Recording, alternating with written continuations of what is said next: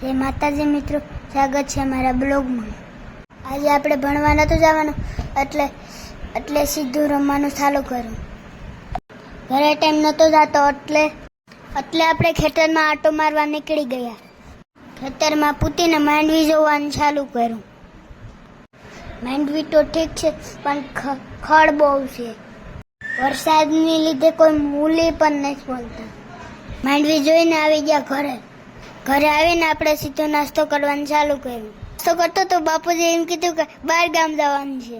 પછી રૂમમાં 4 થવા વાગ્યો।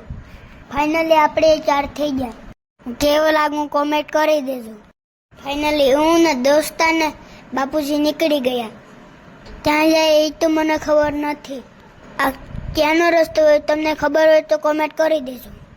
થોડેક આગળ જતા દોસ્તારને મને કીધું આપણે ભંડુરી આવવાનું છે અને ફાઇનલી અમે ભંડુરી પૂતી ગયા। પછી સીધા માસીની વાડીએ પૂતી ગયા।